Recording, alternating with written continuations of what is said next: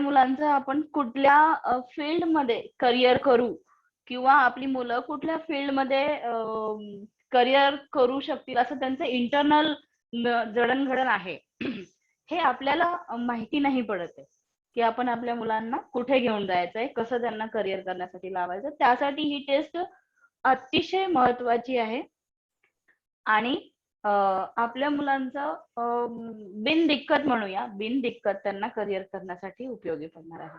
So आम्ही हे taste actually आम्ही खूप आधी केलेली आहे, परंतु श्वेता मॅम आणि अनिल सरांनी ही टेस्ट आपल्यासाठी पुन्हा एकदा आणलेली आहे आणि अतिशय रिझनेबल रेट मध्ये आणलेली आहे. आपण जसं एक्सपिरियन्स शेअर करू, मी तुमच्याशी एक्सपिरियन्स माझा शेअर करेनच शेवटी.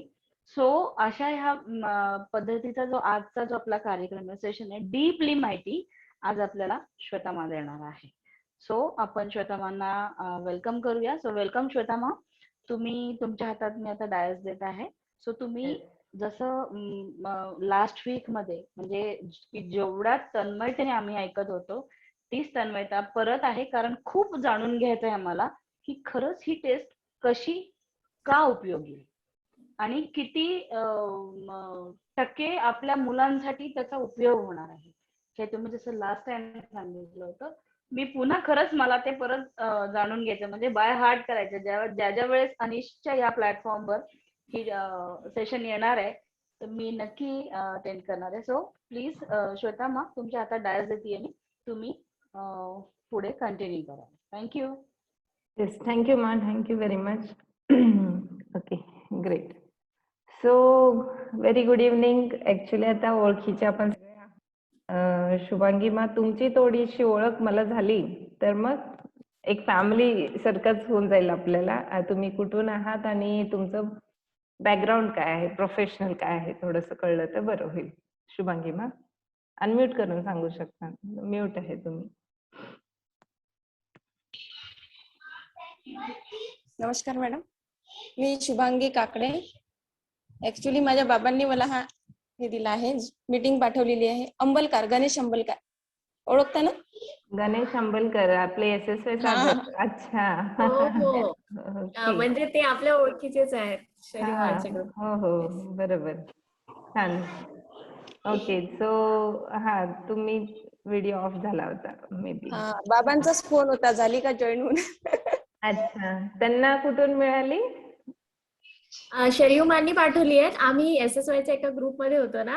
अच्छा, ग्रुपमध्ये होते बाबा, वडनेर गंगाईवरून. Okay okay okay, great. मग शुभांगी, मग तुमच्याबद्दल थोडं सांगा, तुम्ही काय करता? मी टीचर आहे मॅडम, झेडपी टीचर, अमरावती जिल्ह्यामध्ये. ओके. पंचायत समिती चांदूर रेल्वे. आणि मुलं किती आहेत तुम्हाला? 2 मुलं आहेत मला. एक 10 इयरचा आहे, 5th मध्ये आहे, आणि एक 5 इयर्स. Okay okay. तुम्हाला माझा आवाज तर क्लिअर येतोय ना? हो, येत आहे. चला, म्हणजे पूर्ण फॅमिली झाला आता, काय इथे जास्त हे करत बसायला नको. ओके, छान. सो शुभांगी मॅम, मी थोडीशी माझी ओळख करून देते. तत्पूर्वी आपण एक PPT द्वारे पण जाऊयात.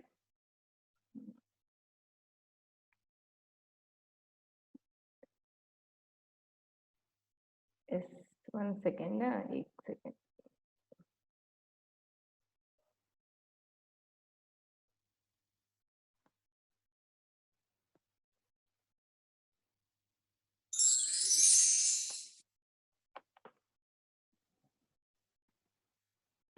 Okay, so me Shweta Upadhye, Anish healthcare and consultancy services या कंपनीची काउन्सलर आणि काउन्सलर कम ट्रेनर म्हणून हा पार्ट मी बघतीये सध्या. आणि परत एकदा तुमचं मनापासून सहर्ष स्वागत करते आजच्या सेशनसाठी.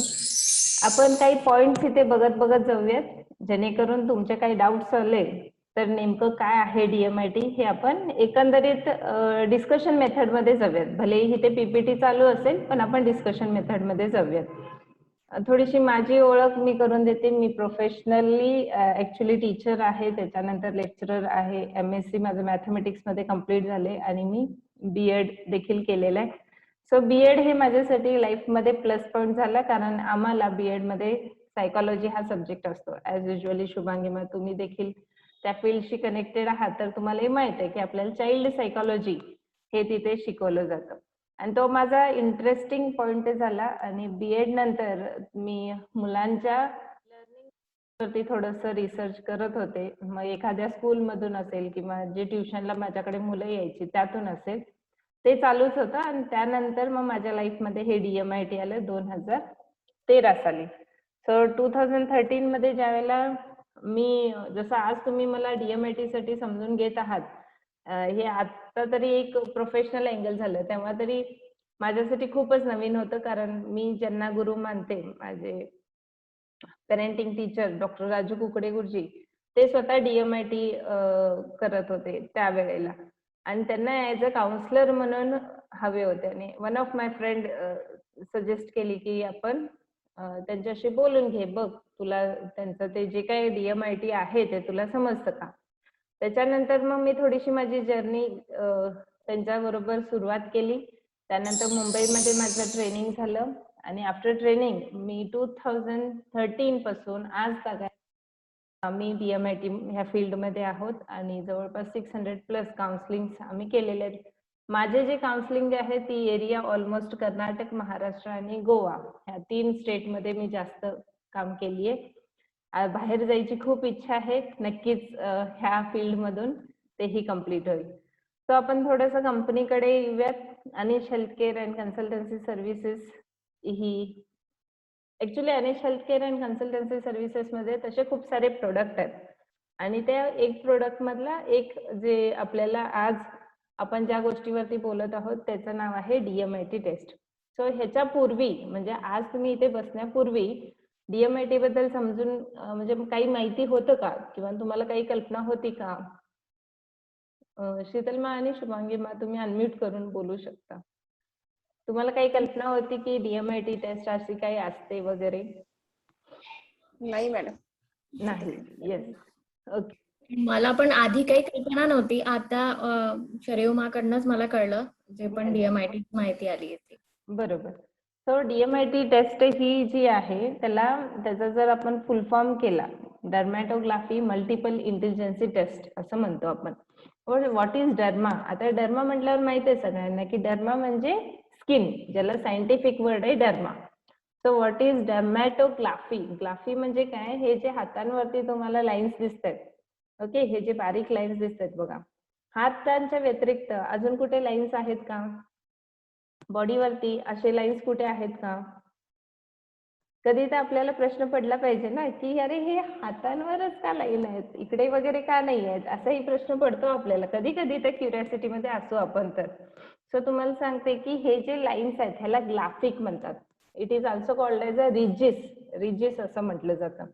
हे जे हातांवरचे जसे ग्राफिक्स आहेत तसे तुमच्या पायांच्या वरती ते आपण म्हणतो ना पाम्स, तसेही ठसे आहेत. मग हे हातांवरचे जे ठसे आहेत याचा आणि ब्रेनचा कनेक्शन आहे.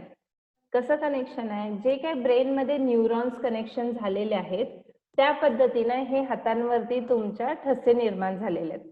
सो तुम्ही बघू शकता, थोडंसं ऑब्झर्व केलं तुमच्या हातांकडे तर कधी कुठलं एखादं गोल गोल गोल गोल दिसतं, काहीतरी एखादं शंख सारखं दिसतं, किंवा काही एखादा असं उंच उंच उंचवटा दिसतो. असे काहीतरी वेगवेगळे मेथड्स हे तुम्हाला दिसत असतात. सो त्यालाच आपण म्हणतो ग्राफिक किंवा रिजिस असं म्हणतो. इंटेलिजन्सी म्हणजे आपल्यामध्ये काय इंटेलिजन्सी आहे हे समजून घेणारा हा टेस्ट आहे.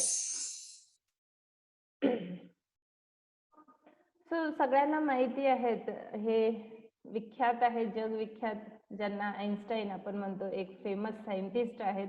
त्यांचं असं म्हणणं आहे की प्रत्येक माणूस हा जीनियस आहे. Agree with me? तुम्ही एग्री करता? प्रत्येक माणूस हा जीनियस आहे. मग जर प्रत्येक माणूस हा जीनियस असेल, प्रत्येक माणसाची जर वेगळी क्वालिटी असेल, तर मग आपण कंपॅरिझन का करतो? कंपॅरिझन कधी करतो? जर दोन गोष्टी एकसारख्या असतील तर, हो की नाही? जसं माझ्याकडे आता 2 मोबाईल आहेत, दोन्ही मोबाईल मध्ये मी कंपॅरिझन करणार, हा ह्याचं साऊंड क्वालिटी छान आहे, ह्याचं थोडं कमी आहे, ह्याची कॅमेरा क्वालिटी छान आहे, ह्याची कमी आहे, ह्याची मेमरी स्पेस जास्त आहे, असं. जर दोन गोष्टी सेम असतील तर, नसतील तर आपण कंपॅरिझन करणार का? नाही करणार. आज तुम्ही मला सांगा, तुमच्यासारखे हुबेहूब तुमच्यासारखे या विश्वावरती अजून एखादी व्यक्ती आहे का? नाहीये, हो की नाही? नाहीये म्हणून तर तुमचे आधार कार्ड काढून घेतले गेले. तुम्ही आज जे आधार कार्ड देता प्रत्येक गोष्टीसाठी, बँकेसाठी, तुमच्या डॉक्युमेंटेशनसाठी, जिथं कुठेही गरज असेल तर आधार कार्ड देता. व्हॉट इज की तुम्ही स्वतः आहात. तुमचे जे काही रिच काउंट आहेत किंवा जे तुमचे ठसे आहेत ते तुमच्या व्यतिरिक्त दुसरे कुणाचेही एकसारखे नाहीयेत. आणि हे प्रूफ झालंय, विथ सायंटिफिकली हे प्रूव्हन आहे. एका व्यक्तीसारखी दुसरी व्यक्ती नाही. हा, दिसण्यामध्ये साम्य असू शकतं. मी जशी दिसतीये तशी एखादी व्यक्ती मध्य प्रदेशमध्ये दिसणारी असेल म्हणजे साम्य, पण ती श्वेता उपाध्ये होऊ नाही शकत. ती काहीतरी वेगळी असेल किंवा तिचं काहीतरी वेगळे कॅरेक्टरिस्टिक्स असतील. तर ती आणि मी, आम्ही दोघीही वेगळे आहोत असं आईन्स्टाईन देखील सांगतात. आणि हे आपल्याला माहितीच आहे. सो जेव्हा आपण वेगळे आहोत तर नक्कीच आपल्या पण क्वालिटीज काय असणार आहेत, वेगळे असणार आहेत. हे आपल्याला शोधायचे की आपले क्वालिटीज काय आहेत. जसं आपण समोर बघू शकतो, ओळखीचे आहेत का? बघा, तुम्ही तिघांना पण ओळखता का? येस. मग ह्या तिघांनी त्यांचं आयुष्य घडवलं, प्रत्येक जणांनी ह्यांचं आयुष्य घडवलं की नाही? ह्या तिघांनीही लहान वयात त्यांचं आयुष्य घडवलंय. जर तुम्ही ह्यांची हिस्ट्री थोडीशी उघडून बघितलात, स्वामी विवेकानंदांनी 8व्या वर्षी स्पिरिच्युअलिटी मध्ये उतरले होते. लता दीदींनी तर 5व्या वर्षी त्या म्हणजे गाण्यामध्ये सुरुवात केली होती. आणि सचिन तेंडुलकर तर लहानपणापासून क्रिकेटर. म्हणजे काय, एखादी गोष्ट जर आपण पूर्णतः सक्सेसफुली जायचं असेल, जर आपण ते लहानपणी एक्सेप्ट केलं, ओके, तर ती गोष्ट आपण सक्सेसफुली जातो. आणि दुसरी गोष्ट म्हणजे इथे एकासारखे दुसरे नाहीयेत. जर तुम्ही म्हटलं सचिन तेंडुलकरला गायचं, तू जरा छान गाऊ शकतो, गा म्हणून म्हटलं तर तो गाईल का? तुम्ही विवेकानंदांना म्हटलं नाही तुम्ही छान क्रिकेट खेळू शकता, तुम्ही सिक्सर मारा प्रत्येक बॉलला, मारतील का? नाही. तर ह्याचा अर्थ प्रत्येक व्यक्ती ही इंडिव्हिज्युअली आहे, हे आपल्याला इथं दिसून येते. कधी हे प्रश्न तुम्ही स्वतःला विचारलाय? एखादं, आता फॉर एक्झाम्पल आपल्या शाळेत आहेत शुभांगी मा, हो की नाही? मग कुठल्या क्लासमध्ये तुम्ही शिकवता? प्रायमरी टीचर आहे मॅडम मी. फोर्थ म्हणजे कॉमन आहात, हो की नाही? 1 to 4, हो की नाही? मग आता 1 to 4 मध्ये आपण कन्सिडर करू 100 मुलं आहेत तुमच्या. हा, ओके. सो आपण तिथे हे कन्सिडर करू की जस्ट आता 4th स्टँडर्ड वरती आपण फोकस करूया. 4th स्टँडर्ड मध्ये जवळपास एक 20 ते 30 मुलं तुमच्याकडे शिकायला आहेत. त्यांचं वय समान आहे, म्हणजे जवळपास 10 वर्षाची मुलं आहेत, 10-11 वर्षाची आहेत. त्यांचा एकच वर्ग आहे, शिकवणारे एकच टीचर आहेत, एकाच प्रकारची पुस्तकं आहेत का वेगवेगळी आहेत? सगळ्यांना एकाच प्रकारची पुस्तकं आहेत, एका प्रकारची शिक्षण पद्धती.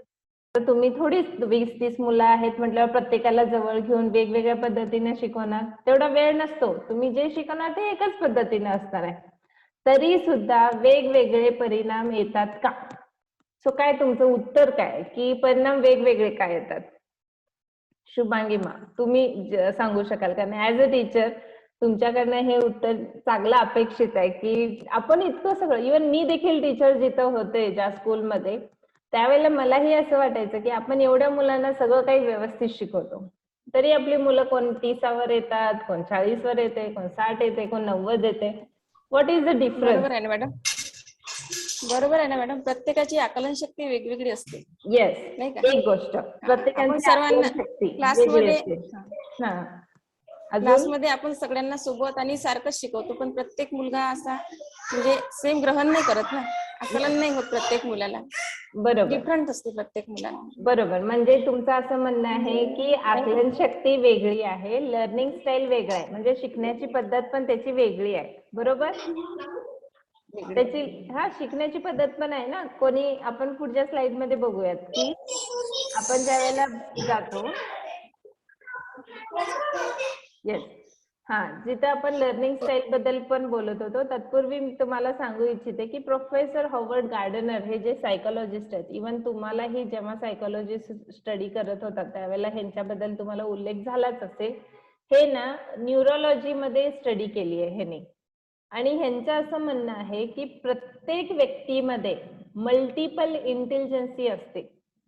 म्हणजे एकच व्यक्ती एक इंटेलिजन्सी घेऊन जन्माला येत नाही, मल्टिपल असतात. आणि जर असं आपण जर बघायला गेलो तर मग थोडंसं आपण अजून मागे जाऊयात. आपण थोडे महाभारत आणि रामायणच्या काळामध्ये जाऊयात, आणि त्यावेळेला आपल्याला माहिती आहे की आपली मुलं शिकायची कुठे, किंवा तेव्हाची शिक्षण पद्धती काय होती, गुरुकुलम होतं. गुरु म्हणजे एकच गुरु, हो की नाही, तिथे काय लॉट ऑफ टीचर्स नाहीत, एकच गुरु. आणि त्या गुरूंच्या खाली जवळपास हजारो विद्यार्थी शिकायचे.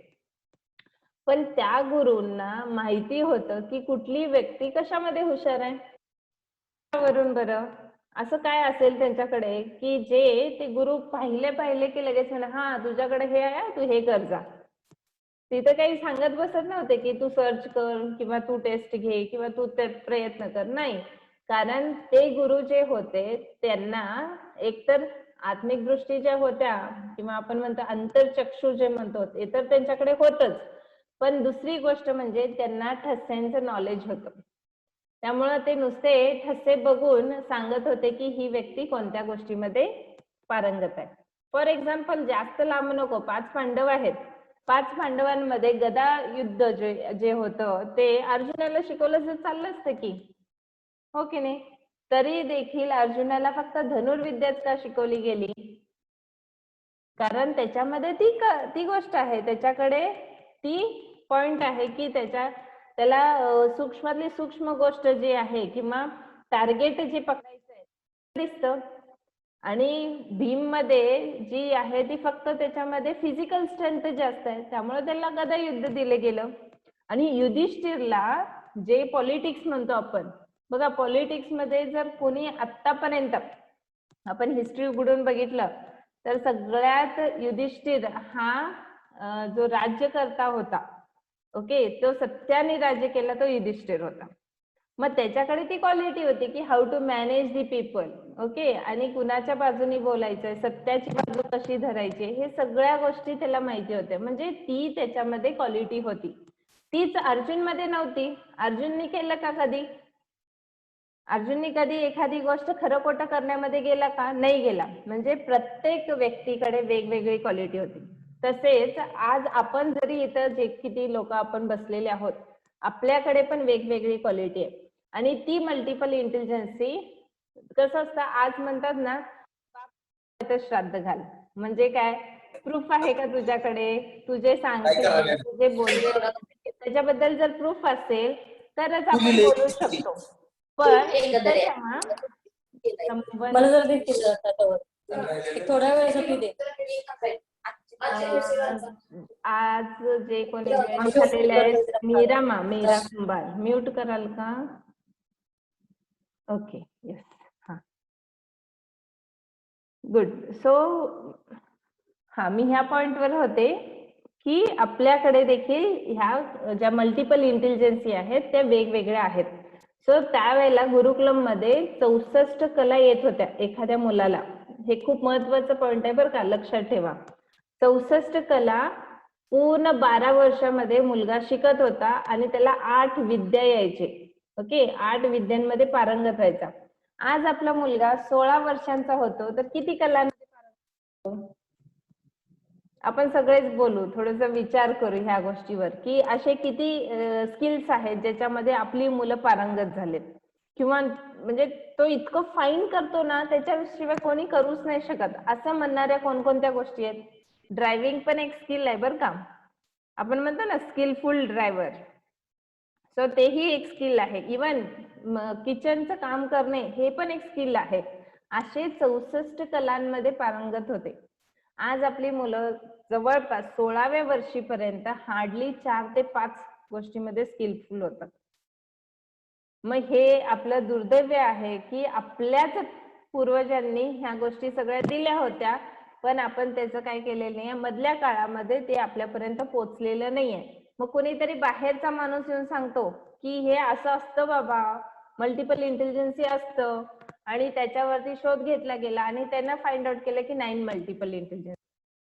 सो माझं सांगण्याचं तात्पर्य काय, आपण आपलं विसरून जेव्हा बाहेरच्यांना सांगितल्यानंतर कळतं त्यावेळेला आपण विश्वास ठेवायला लागतो.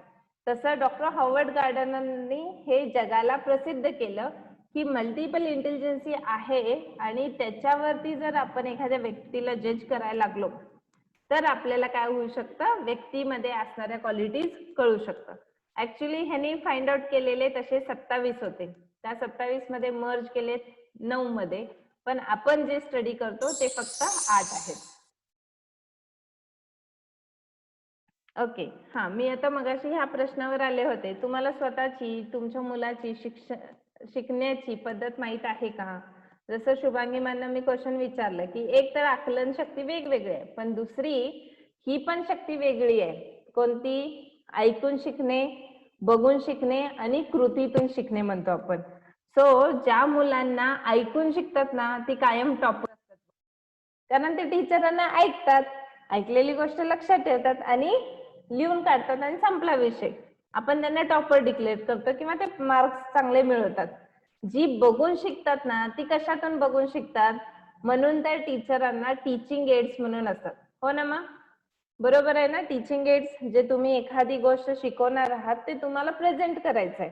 ओके, मग समजा तुम्हाला आता दाखवायचं असेल की सूर्याचे वेगवेगळे रूप, तर तुम्ही जर ते प्रेझेंट केलं पहिल्यांदा छान सूर्य, मग तो असा एकदम भडक भडक भडक होत होत होत परत संध्याकाळचा सूर्य दाखवलं ना तर ती मुलांच्या लक्षात राहते.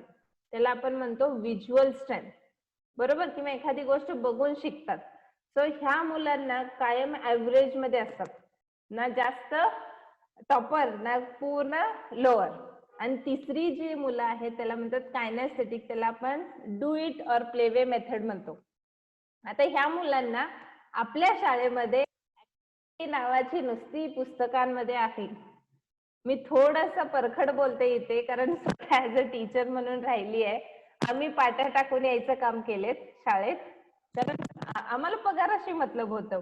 युजली माझ्यासारखे बऱ्याच त्यावेळेला केल्या पण असतील की ऍक्टिव्हिटी हा हे तुम्ही करा रे, किंवा नाही केला तरी चालेल, पण त्यावेळेला मला नाही समजलं की मी ऍक्टिव्हिटी ही का करून घेतेय. तर त्यावेळेला कायनेस्थेटिक जी मेंटॅलिटी मध्ये मुलं आहेत त्यांच्यासाठी हे समजून घ्यायला त्यांना बरं पडत होतं. मग आपली जी मुलं कायनेस्थेटिक मध्ये जी पुअर राहतात किंवा कायनेस्थेटिक मध्ये हुशार आहेत पण स्टडी मध्ये पुअर राहतात ना, त्यांच्यासाठी आपण काही प्रयत्न करत नाही. मग आपल्याला हे पॉइंट समजून घेणं खूप महत्वाचं आहे की आपली आकलन शक्ती किंवा आपली लर्निंग स्टाईल कोणती आहे. मग is it visual, is it hearing और इज इट बाय डुईंग.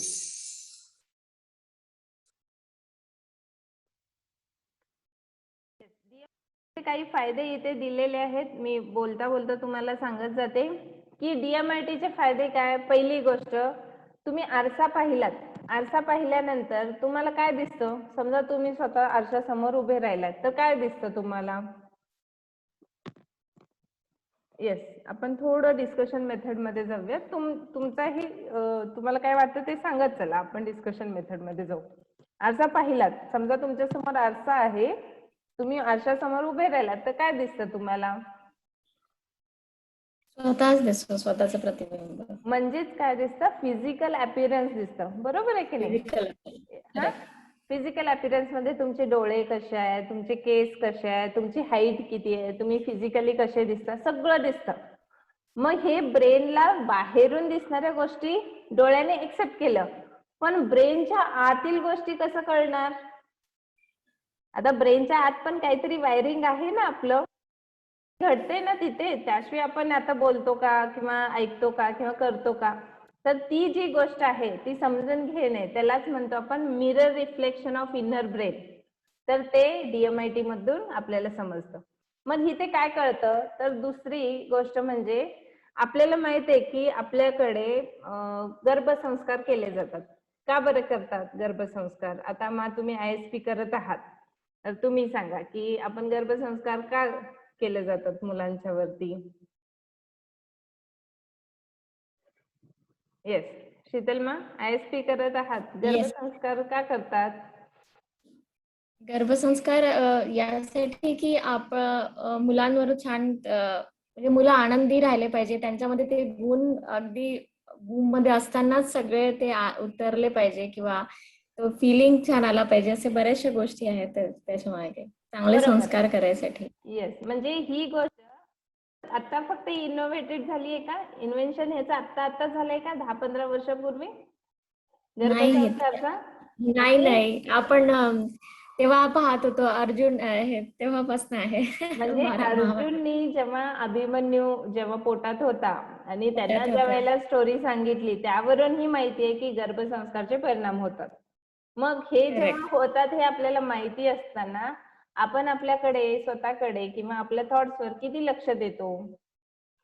काही काही आहेत चांगले फॅमिलीज जे खूपच पॅम्परिंग करतात त्यावेळेला, हो की नाही? म्हणजे आईला ज्या काही गोष्टी बघितल्या पाहिजे, इव्हन सगळीकडे फोटोज म्हणजे बेबीचे फोटो लावतील, म्युझिक तसे लावतील, हॅपीनेस मध्ये ठेवतील, कारण त्यांना त्या पद्धतीचं क्वालिटी बेबी पाहिजे असतं. ओके, मी पाहिले क्वालिटी बेबी मिळवण्यासाठी काय केलं जातं हेही मी पाहिलेलं आहे.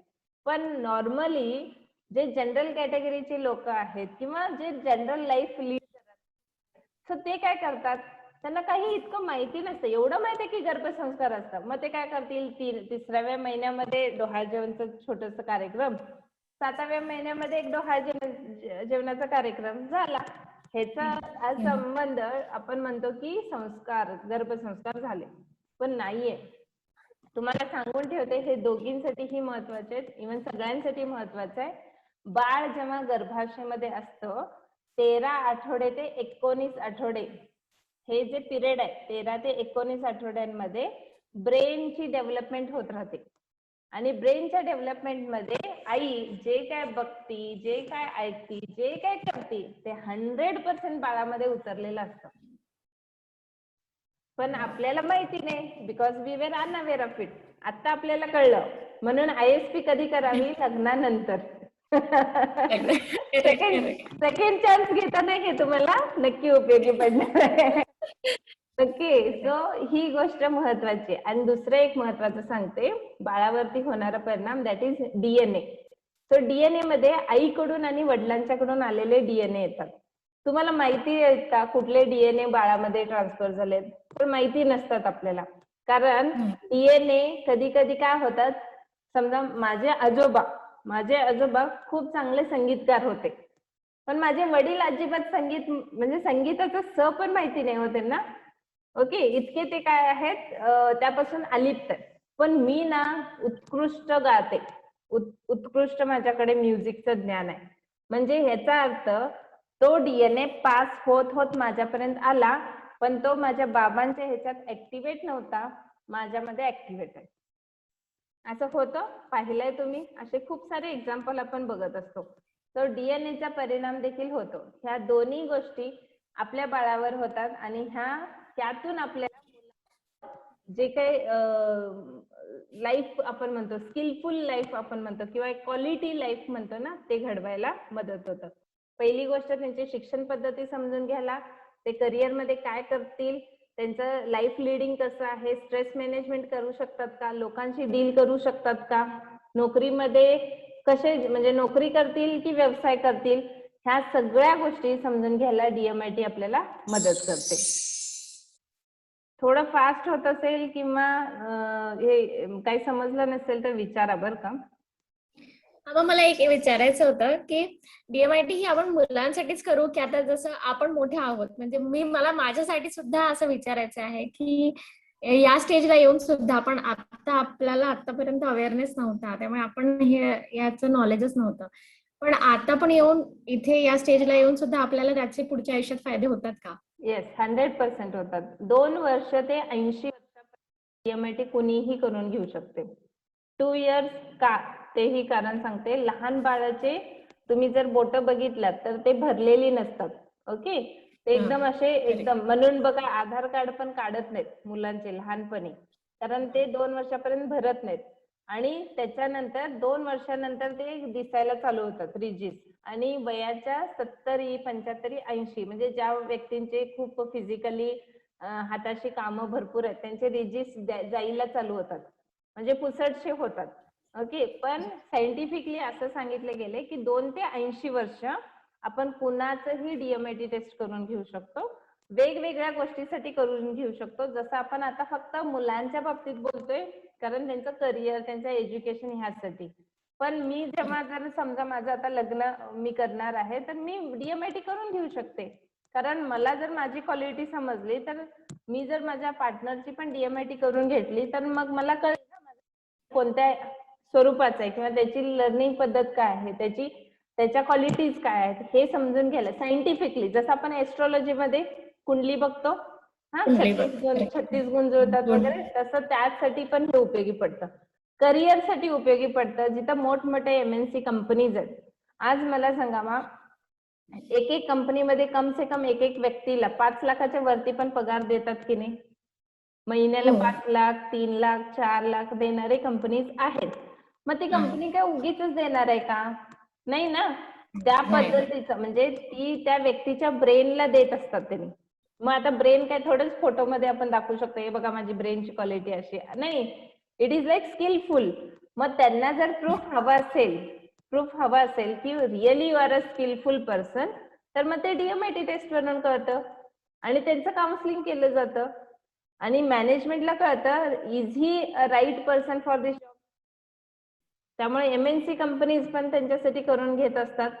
प्रत्येक व्यक्ती म्हणजे जॉब मध्ये असणारी व्यक्ती किंवा रिटायर्ड झालेली, माझ्यासाठी मी लास्ट टाइम पण एक एक्झाम्पल दिलं होतं, रिटायर्ड झालेल्या व्यक्तींनी पण स्वतःच्या नातू सोबत स्वतःच करून घेतलं होतं आणि त्यानंतर त्यांना मी सांगितलं की तुमची म्युझिक मध्ये इंटेलिजन्सी खूप चांगली आहे, तुम्ही का बरं बंद केला?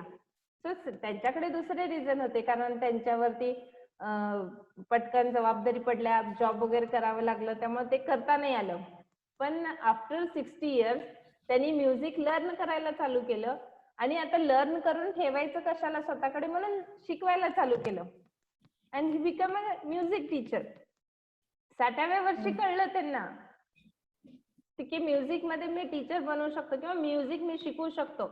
मग विचार करा, SP बालसुब्रमण्यम सारखे जर ते बनले असते तर आज त्यांचं पण काहीतरी वेगळं करिअर असतं ना, बरोबर आहे की नाही? तर ह्या गोष्टी कोणत्याही एज मध्ये आपण करू शकतो, ह्याला कुठलंही एज लिमिट नाहीये. ओके, ही आणि एक हा बोला की मग. येस अजून एक विचारायचं, जसं आपले हात, जसं आपण लहानपणापासून आपलं जसं एज वाढतं तसं आपलं फिजिकल अपीअरन्स पण चेंज होत जातो, राईट, लहानपणापासून. सो तर ह्या लाईन्स पण ज्या आहे हातावरच्या त्या सुद्धा चेंज होत जातात का? चेंज होत नाहीत, त्याची हाईट वाढते म्हणतो आपण. ओके, म्हणजे जो पॅटर्न आहे हातावरचा तो कधीही चेंज होत नाही. ओके, त्याची साईज वाढते फक्त. जसं आपण मोठे होत जाऊ ना त्याची साईज वाढते आणि पॅटर्न तुमचा आहे तोच असतो. मग त्याच्यावरच आपल्याला रिच काउंट कळत असतो. तो पॅटर्न तेच राहतं. कारण जर तुम्ही आता केलात किंवा फॉर एक्झाम्पल आपण सान्वीचं पकडू, सान्वीचं आपण 6व्या वर्षी केलं आणि सान्वी मोठी झाली, मोठी झाल्यावर तिचे पूर्ण फिजिकल अपीअरन्स चेंज झालं ना, म्हणून काय तिचं आधार कार्ड चेंज होणार नाही. आधार कार्ड नाही ना चेंज ना, तेच असतं. आधार कार्ड फोटो चेंज होईल त्याचा, फिजिकल अपीअरन्स चेंज होईल, राईट. फिंगरप्रिंट्स नाही चेंज होणार. ओके, सो फिंगरप्रिंट्स आपले तेच राहणार आहेत. ओके, येस, कंप्लीट करू आणि सगळे क्वेश्चन्स आन्सर करत जाऊयात. ओके, सो इथे आपण काय काय बघणार आहोत बघा. आपल्याला आतापर्यंत IQ माहित आहे सगळ्यांना. इंटेलिजन्सी क्वेश्चन कसं फाइंड आउट करत होते आधी, काही प्रश्न द्यायचे आणि ते प्रश्नांना उत्तर आपण दिलो की त्याच्यावरनं जज करायचे की युअर IQ इज समथिंग 80%, 90% और समथिंग. पण इथं आपण सायंटिफिकली 5 क्वेश्चन वरती काम केलेत. ऑलमोस्ट इथे 5 क्वेश्चन आहेत आणि जो सोशल क्वेश्चन आणि इमोशनल क्वेश्चन तो दोन्ही एकत्रित केला गेलाय, म्हणून इथे 4 क्वेश्चन आपण डिक्लेअर करतो. एक आहे इंटेलिजन्सी क्वेश्चन, म्हणजे मुलगा शाळेमध्ये म्हणा किंवा अभ्यासामध्ये कसा हुशार आहे हे कळतं. इमोशनल क्वेश्चन, तुम्ही कितीतरी मुलं बघितलाय की ज्या मुलं अभ्यासात प्रचंड हुशार आहेत पण इमोशनली तेवढेच फेल झालेली आहेत. तर तुमच्याकडे खूप सारे एक्झाम्पल आहेत. 10वीला मार्क कमी पडले, म्हणजे सुसाईड केलेत, खूप सारे. आता मी त्या गोष्टी तुम्हाला माहित आहेत, एक्झाम्पल्स द्यायला नको, तर त्या सगळ्या गोष्टी इमोशनल क्वेश्चन मध्ये येतात. क्रिएटिव्ह क्वेश्चन, ओके, आपल्याकडे सगळं असतं पण डोकंच नसतं. डोक्याला क्रिएटिव्ह नावाची काही चीजच नसते. सगळं काही आपल्याला मिळत असतं ते ऐकतच, मग त्यावेळेला क्रिएटिव्ह क्वेश्चन नसतं आणि सगळं असतं पण ऐकता मिळायला पाहिजे बघा. मी काय कष्ट करणार नाही, मी काय उचलून ठेवणार नाही, म्हणजे काय माझी एनर्जी मला सपोर्ट नाही करत, त्याला आपण म्हणतो ऍडव्हर्सिटी क्वेश्चन. सो ह्या सगळ्या क्वेश्चन मध्ये आपलं बाळ कसं आहे हे आपण फाइंड आउट करू शकतो. इथे आपल्याला ब्रेन ऑलरेडी माहित आहे सगळ्यांना की ब्रेन एकच असला तरी दोन भाग आहेत, लेफ्ट ब्रेन आणि राईट ब्रेन. सो लेफ्ट ब्रेनचं काम काय आहे, लेफ्ट ब्रेन हे कायम क्वेश्चन विचारत असतं. ओके, दॅट इज रिझनिंग, आपण लॉजिकल, ह्या सगळ्या गोष्टी लेफ्ट ब्रेनशी कनेक्टेड आहेत. आणि जे काय प्रेम, कलर्स, म्युझिक, हे सगळ्या ब्रेनशी कनेक्टेड आहेत. मग ह्यातलं कुठलं ब्रेन चांगलं, लेफ्ट की राईट? दोन्ही पण ऍक्च्युली दोन्ही पण तेवढंच इम्पॉर्टंट आहे. येस, नुसतं लेफ्ट ब्रेन घेऊन उपयोग नाही. ओके, नाहीतरी तो झोंबी बनेल, त्याला आपण म्हणतो रोबोटिक बनेल. आणि नुसतं इमोशनली राईट ब्रेन घेऊन उपयोग नाही, नाहीतर तो इमोशनल फूल बनेल, प्रत्येक वेळेला रडत बसेल जरा काही बोललं तर. मग आपल्याला कळायला पाहिजे आपलं बाळ ह्यामध्ये किती समतोल मध्ये आहे. आणि समजा जर ह्याची गाडी कुठे घसरली असेल तर ती बरोबर आणण्यासाठी काही आपल्याला ह्याच्यावरती जे काही उत्तरं दिलेली आहेत किंवा कोणकोणत्या आपण काय म्हणू शकतो की काही कॅरेक्टरिस्टिक्स आपण यूज करू शकतो जेणेकरून आपण राईट अँड लेफ्ट ब्रेन देखील इक्वॅलिटी मध्ये घेऊन येता येते. सो इथे आपल्याला बघता येतात की काही गोष्टी जे कमी पडलेले आहेत ते आपण ऑन दी फिजिकल बेसिस वरती काम करून घेऊ शकतो. समजा आपलं बाळ कायनेस्थेटिकली वीक असेल तर त्याच्याकडनं थोडं एक्सरसाइजची सवय लावून घेऊ शकतो. ओके, सवय अर्थी तो होऊ शकतो. किंवा समजा आपल्या मुलाचं मॅथमॅटिक्स कमी असेल तर आपण त्याला थोडीशी सवय लावून मॅथमॅटिक्स इम्प्रूव्ह करून घेऊ शकतो. जी कमी आहे त्याच्यामधनं आपण त्याला सुधरून घेऊ शकतो. आता हे 8 मल्टिपल इंटेलिजन्सी आपल्याला समजतं की ह्याचं स्वतःच डिसिजन घेण्याची क्षमता आहे का हा दुसऱ्यांच्यावर डिपेंडेंट राहतो. त्यालाच म्हणतो आपण आत्मिक जाणीवेची बुद्धिमत्ता, इंट्रापर्सनल म्हणतो. ओके, परस्पर संबंधला इंटरपर्सनल म्हणतो. म्हणजे मी कायम डिपेंडेंट राहते का की माझं स्वतःच डिसिजन आहे. गणित मध्ये माझं कसं आहे, गणित म्हणजे नॉट फक्त गणित नाही पकडू नका तुम्ही, तर इथे सगळंच येतं, म्हणजे रिझनिंग येतं, लॉजिकल येतं, नंबर्स येतात, सगळ्या गोष्टी हे गणितीमध्ये येतात. शरीर विषयक, जसं मी म्हंटल ना, मी दिसायला एकदम म्हणजे व्यवस्थित आहे, म्हणजे हाईट वेट सगळं व्यवस्थित आहे, पण आळस खूप आहे. आणि हा आळस ना शरीरातून आळस नाहीये, हा बुद्धीचा आळस आहे. मी का करू, माझ्याकडनं जमत नाही, असं असणारा आळस हे तुम्हाला समजतो. दुसरी भाषिक, म्हणजे आपली भाषा किती, आपल्याकडे ती कुवत आहे का की आपण भाषा वेगवेगळी शिकू शकतो का. काही लोकांना मितभाषी असतात बघा, त्यांना ऍक्शन सांगता येतात, त्यांना ये म्हणायचं नाही, त्यांना हात करणार, हा म्हणजे इकडे. सो ही जी मितभाषी लोक असतात ना, ही आहे का, किती बोलकी आहे हे पण आपल्याला कळतं. संगीताविषयी बद्दल आपल्याला, संगीत म्हणजे आपल्याला काय वाटतं गाणं गुणगुण नाही, अजिबात नाही. संगीत म्हणजे लिसनिंग कॅपॅबिलिटी, गाण्यांची कॅपॅबिलिटी. इवन मी इथं छान बसले आणि माझ्या समोरच्या रोडवरून ना एखादी बुलेट गेली आणि माझं लक्ष पटकन तिकडे गेलं, अरे समोरून एक बुलेट गेली, ह्याचा अर्थ काय, माझ्या लिसनिंग ॲबिलिटी मध्ये मला बुलेटचं साऊंड पटकन कॅप्चर होतं, कुठलाही साऊंड. ह्याच्यावर एक छान एक्झाम्पल मी देते. इंजिनियर CV रामन माहित आहेत तुम्हाला सगळे, जे एक दिवस ब्रिटिशांच्या काळात ते इंजिनियर होते आणि खूप मोठमोठे प्रकल्प जे इंडियामध्ये झालेत ते त्यांनी घडवलेले आहेत.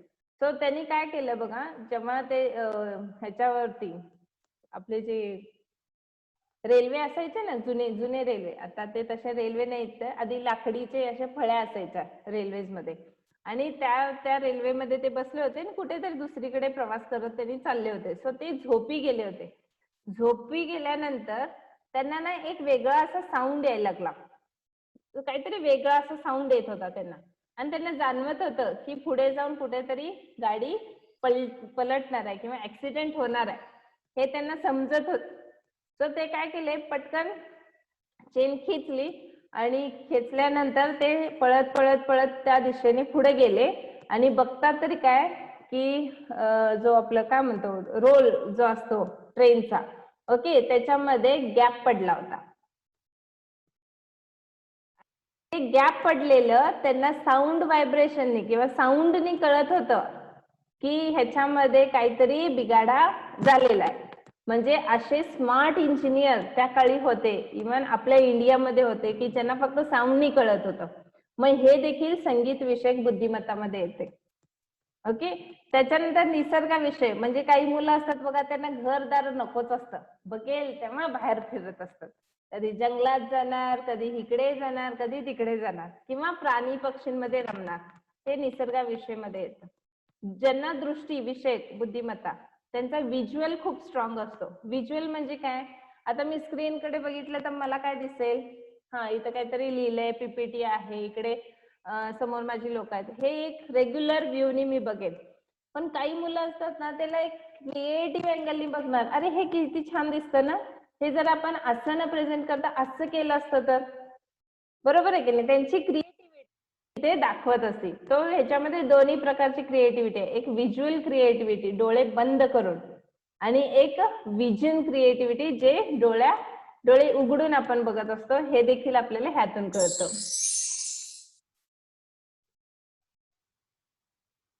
येस, सो हे प्रत्येक बोटांना एक एक एक एक क्वालिटीज आहेत. जसं तुम्ही बघितलं, राईट थंब तुमचा मॅनेजमेंटला दाखवतं, दुसरं राईट इंडेक्स रिझनिंगला दाखवतं, राईट मिडल कंट्रोल म्हणजे तुम्ही कंट्रोल्ड किती आहात ते दाखवतं, राईट रिंग लिंग्विस्टिक तुमचं कसं आहे, आणि राईट लिटिल जे फिंगर आहे ते ऑब्झर्वेशन दाखवतं. आता जेव्हा तुम्ही इकडे बघता, लेफ्टला पण बघता आणि राईटला पण बघता, तुम्हाला इथं एक ना खूप म्हणजे जे म्हणतात ना, देवाने किंवा निसर्गाने इतकी सुंदर गोष्ट आपल्यामध्ये घडवली आहे बघा. आपल्याला वाटतं की माझी राईट बॉडी ही माझं राईट ब्रेन कंट्रोल करतो, पण तसं नाहीये, वाईस वर्सा काम होतं. आपली जी राईट बॉडी आहे ते लेफ्ट ब्रेन कंट्रोल करतं, आणि जी लेफ्ट बॉडी आहे ती राईट ब्रेन कंट्रोल करतं. म्हणजे वाईस वर्सा आपलं काम चालतो, म्हणून आपली कार्यक्षमता व्यवस्थित पद्धतीनं चालू असते. सो ह्या परत गोष्टी इथे आपण जे डिस्कशन केल्या त्याच फिगर आउट केलेल्या आहेत.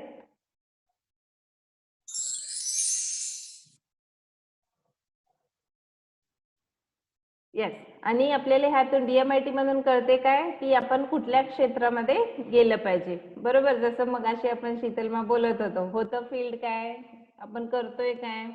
बरोबर, शीतलमा इंजिनिअरिंग फील्डच्या, आणि आता सध्या करतायत रिक्रूट. बरोबर, म्हणजे तिथे रिक्रूटचा आणि इंजिनिअरिंगचा काहीही संबंध नाहीये, मग तरी देखील त्या रिक्रूट मध्ये जॉब करतात. मग आता ते त्यांना आवडत आहे, किंवा त्यांना आता सध्या काहीतरी स्वतः आहे म्हणून त्या करत आहेत. पण समजा जर त्यांना आधीच माहिती असतं, माझं जर रिक्रुटमेंट, समजा आपण एक थोडे दिवस गेलेत आणि खूप चांगलं काम करतायत रिक्रुटमेंट मध्ये, आणि त्यांना हे आधीच कळलं असतं तर त्यांनी इंजिनिअरिंगचं नॉलेज घेतलंच नसतं ना. बरोबर आहे की नाही, HR केलं असतं. आणि त्यांचं बोलण्याची स्किल चांगली आहे, त्यांना दुसऱ्यांना कन्व्हिन्सिंग करणं छान जमतं. आता रिक्रूट म्हणजे काय, पीपल रिलेशन येतं. बरोबर आहे की नाही, एकामेकांचे रिलेशन. इथं तुम्ही काही प्रोडक्ट विकत नाही, किंवा इथं काही तुम्ही प्रेझेंटेशन देत नाही, तुम्ही त्या समोरच्या व्यक्तीशी कसं रिलेशन ठेवताय हेच तुमचं रिक्रूट मध्ये येतं. हे जर तुम्हाला आधी माहिती असतं, you can be a very good HR, किंवा त्या फील्ड मध्ये तुमचं खूप चांगलं नाव झालं असतं. तसं इथे आपण बघतो, अनिल कुंबळे हा इंजिनियर होता, पण त्यानं केलं काय. आता निलेश साबळे आपण रोजच बघतो, हसताय काय, म्हणून रोजच आपल्यावर येतो. हा, तो स्वतः डॉक्टर आहे, करतोय. इव्हन आपण म्हणतो ना, अमोल कोल्हे सारखा संभाजी होणे नाही, किंवा छत्रपती शिवाजीची भूमिका वटवावी तर अमोल कोल्हेने. बरोबर आहे. मग विचार करा, मग त्यांना जर त्याचं लहान जे देखील शिक्षण होतं ते थोडस ऍक्टिंग मध्ये शिकलं असतं तर he could be something different. हा, पण तसं न होता त्यांनी घेतलेलं शिक्षण वेगळं होतं आणि करतायत वेगळं, अशा पद्धतीनं. आता ज्यांनी योग्य करिअरची निवड केली बघा, एपीजे अब्दुल कलामांना पहिल्यांदाच माहित होतं की मला शोधायचं आहे, आणि ती शोध ही त्यांची कायमच कंटिन्यू राहिली, ते सायंटिस्ट बनले. सचिन तेंडुलकरला लहानपणीच माहिती होतं क्रिकेटर बनायचंय, त्याच स्पीडने ते गेले. लता मंगेशकर पाचव्या वर्षी, म्हणजे ऍक्च्युली त्यांचा खानदानच संगीताशी कनेक्टेड होतं, त्यामुळे त्या खूप लवकर जुळल्या गेल्या. त्यामुळे हे लहानपणी जेव्हा येतो तेव्हाची करिअरची स्पीड आणि नंतर येऊन करणाऱ्या करिअरची स्पीड, मी कायम ह्याला एक एक्झाम्पल देते. आपल्याकडे एक हायवे आहे, बरोबर आहे. शुभंगिमा, तुम्ही कुठे राहता? पुणे म्हटलं ना, पुणेमध्ये. अमरावती. अमरावती, येस. आता ना मी कोल्हापूरवरून अमरावतीसाठी येतेय. सो कोल्हापूरवरून अमरावतीसाठी यायला हायवे लागतं. मे बी पुणे हायवे लागणार किंवा त्याच्या पुढे कोणता तरी हायवे लागणार. मग मी हायवेने येणं बेटर राहील की मग बाजूला, हायवेच्या बाजूला एक सर्व्हिस रोड असतो बघा, सगळीकडे हायवेच्या बाजूला असतो, त्या रोडनी येणं बेटर राहील? कुठल्या रोडने मी जर आले तर अमरावतीला मी वेळेत पोचेल? काय वाटतं तुम्हाला? हायवेनेच. का बरं हायवेनेच का सांगता? सर्व्हिस रोड पण चांगलाच आहे की, पण हायवेनेच का? असं का वाटतं तुम्हाला की आपण हायवे पाहिजे? येस. सो त्याच्यावरती आपण जेव्हा बघतो ना की हायवे आणि सर्व्हिस रोड म्हणजे काय, की अमरावतीला जायला दोन्हीही रोड तिथेच जातात, पण ज्यावेळेला आपण हायवे पकडतो त्यावेळेला वन वे असतो. म्हणजे एक काय, क्लॅरिटी, समोरून कोण येणार नाही, स्पीड पकडू शकतो, म्हणजे हायवेने जाणं गरजेचं आहे. दुसरं, हर्डल्स नाहीत, म्हणजे कुठले स्पीड ब्रेकर येणार नाही आहेत मधी, त्यामुळं परत स्पीड आपली जाऊ शकते. गाडी सारखं स्लो फास्ट करायची गरज नाही, त्यामुळे पेट्रोलची बचत होते, तिथे पोहोचू शकतो. टायमिंग वाटेल त्या स्पीडने पळाओ, 100 काय 120 काय 150 स्पीडने पळा की तुम्ही हायवे वरती, तुम्हाला कोणीही विचारत नाही. तेच जर तुम्ही सर्व्हिस रोड पकडलं तर तुम्हाला पदोपदी काय म्हणतो आपण, स्पीड ब्रेकर येणार. तिथे तुम्ही 120 स्पीडने जाऊ शकाल नाही, कारण सर्व्हिस रोड हे गावातून जाणारे रस्ते असतात किंवा नक्कीच त्याच्यावरती टू वे लोक येत असतात, समोरून पण येणारी लोक असतात, त्यामुळे तुम्ही स्पीड नाही पकडू शकत, आणि तिथे स्पीड ब्रेकर जागोजागी लावलेले असतात. तसं आपलं लाईफ आहे. लहानपणी करिअर सेट झाला आणि त्याच करिअरने आपण जर काम करत असू तर आपण हायवेने गेल्यासारखे. आणि जर लहानपणी नाही सेट झाला, डोंट वरी, पुढे जाऊन सेट झाला तर गेले वर्ष ना, एवढे वर्ष गेले की नाही, आता माझे वयाचे 30 वर्ष गेले आणि मग मला कळलं की मी छान बोलू शकते. हे जर मला आधी कळलं असतं तर आज कुठच्या कुठे वेगळ्याकडे असते मी, पण माहित नव्हतं. म्हणजे हे सगळं आपलं काय एक्सपेरिमेंट बेसिसवर आहे. जे आपल्याला नाही माहिती झालं ते आपण आपल्या मुलांसाठी काय करू शकतो, देऊ शकतो, आणि त्यांची ट्रॅक सर्व्हिस रोड वरून हायवेला घेऊन येऊ शकतो. आता तुम्ही मला सांगा, असं आपण आहे मुलं काय पाहिजे ते करू देत, असं आता म्हणण्यासारखी परिस्थिती आहे का? नाही. जे आपण करायला आपले पालकांनी म्हटले की ठीक आहे निवांत कर, पण आता तशी परिस्थिती नाही आहे. आत्ताची मुलं वयाच्या 14, 16 आणि 18 मध्ये प्रूव्ह करून दाखवलंच पाहिजे, नाहीतर त्यांची काही खैर नाही, अशी परिस्थिती आहे. कारण त्यांना तशा सगळ्या गोष्टी मिळाल्या ना. आपण मोबाईल कधी बघितले? मी माझा मोबाईल वयाच्या 19व्या वर्षी बघितले, म्हणजे 12 वर्ष झालं माझ्याकडे मोबाईल आहे. पण आज जन्मलेल्या बाळाला मोबाईल माहिती आहे, टेक्नॉलॉजी माहिती आहे, त्याला सगळं ऑन दी फिंगर आहे, म्हणजे सगळ्या गोष्टी माहिती आहेत. आपल्याला गुगल कधी कळलं? इवन मी असं तुम्ही असं आपण सेम एज मध्ये आहोत, कधी कळलं? जास्तीत जास्त 15 वर्षापूर्वी कॉलेजमध्ये असताना तेव्हा कळले. पण आताच्या मुलांना गुगल ऑलरेडी माहिती आहे, त्यांना हे देखील माहिती आहे की गुगल समजतं किंवा सगळं काही येतं म्हटल्यानंतर मग त्यांची करिअर बसवण्याची किंवा करिअर सेट करण्याची वेळ किती फास्ट आहे विचार करा. म्हणून आपल्याला आपल्या मुलांना हायवे वरती ठेवायचंय.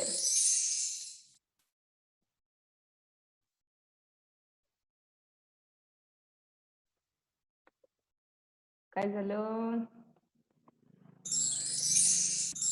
ओके, हा. सो तुमचे काही क्वेश्चन आहेत का? असा हा स्लाइड होता लास्टचा. सो तुम्हाला DMIT का करायचं हे आता लक्षात आलं का? पहिली गोष्ट त्याचं ब्रेन बॅलन्सिंग चेक करणे. DMIT मध्ये टोटल 13 टेस्ट इन्क्लूड केलेत आपण. ओके, एकच नाही, 13 टेस्ट आहेत. एक पहिलं ब्रेन बॅलन्सिंग कसं आहे, त्याची मल्टिपल इंटेलिजन्सी कशी आहे, त्याची लर्निंग स्पीड कशी आहे, त्यानंतर त्याच्या इंटेलिजन्सीच्या वरती त्याचे क्वेश्चन्स कसे आहेत. ओके, एखादा प्रॉब्लेम त्याच्या आयुष्यात आलं तर तो करू शकतो, तो सगळ्यांच्या बरोबर रमतो का स्वतःच डिसिजन मेकर आहे. अशा एक ना अनेक असे टोटल 13 टेस्ट आहेत. त्याबरोबर त्याची हॉबी कुठली ठेवली पाहिजे, त्यानं करिअर कशामध्ये सेट केलं पाहिजे, इथपर्यंत सगळ्या टेस्ट आपण काय करतो, DMIT मध्ये बघतो.